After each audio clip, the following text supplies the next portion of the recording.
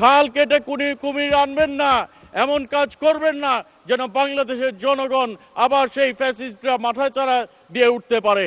কাজেই আপনাদেরকে সেদিকে খেয়াল রাখতে হবে এবং আমাদেরকে, মাননীয় speaker, Bangladesh should be a super power. আমাদের মাননীয় প্রধানমন্ত্রী সেই দিকে এগোচ্ছেন, কাজ করে যাচ্ছেন, অক্লান্ত পরিশ্রম করছেন।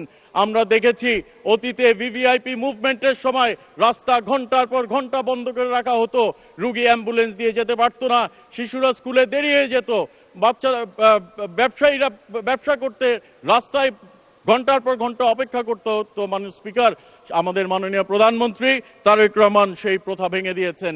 নিজে এখন সিগন্যালে দাঁড়ান, এই প্রথাগুলা যে গঠন হয়েছে, এই প্রথাগুলো যে তিনি করছেন সেগুলো যেন অব্যাহত রাখে, সেই জন্য আমাদেরকেও তাকে সহযোগিতা করতে হবে। মাননীয় প্রধানমন্ত্রী একা চেষ্টা করলে হবে না, সামগ্রিকভাবে we need to work as a team to build Bangladesh. We need to work as a team for the betterment of our country and for the betterment of democracy. Mr. Speaker,